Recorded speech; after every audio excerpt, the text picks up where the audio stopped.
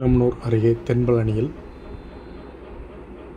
இருசக்கர வாகன விபத்தில் கால்கள் செயலிழந்து முடங்கிய பேரூராட்சி திமுக கவுன்சிலருக்கு அரசு சார்பில் மருத்துவ உதவி செய்து தர வேண்டுமென வலியுறுத்தி 28ஆம் தேதி பகல் 12 மணி அளவில் கோரிக்கை விடுத்துள்ளார்.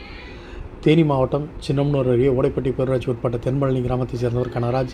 இவர் திமுகவில் தீவிர விசுவாசியாகவும் ஓடைப்பட்டி பேரூராட்சியில் 15ஆம் வார்டு கவுன்சிலராகவும் பணியாற்றியுள்ளார். 18 வயதில் தன்னை திமுகவில் இணைத்துக் கொண்டு பிரதிநிதி கிளை செயலாளராகவும் இருந்து தொடர்ந்து சிறு சிறு பதவிகளை வைத்து வந்த ஓடைப்பட்டி பேரூராட்சியில் தற்போது 15ஆம் வார்டு கவுன்சிலராகவும் பதவி வகித்து வருகிறார். கடந்த 2024ஆம் ஆண்டு பணியை முடித்துவிட்டு வீடு திரும்பும்போது எதிர்பாராத விதமாக இருசக்கர வாகன விபத்து ஏற்பட்டு பலத்த காயமடைந்த அவர் தனியார் மருத்துவமனையில் சிகிச்சை பெற்றிருந்துள்ளார். பலத்த காயமடைந்து சிகிச்சை பெற்றும் தன் இரு கால்கள் மற்றும் கைகள் செயலிழந்த நிலையில் தற்போது வீட்டில் முடங்கியுள்ளார்.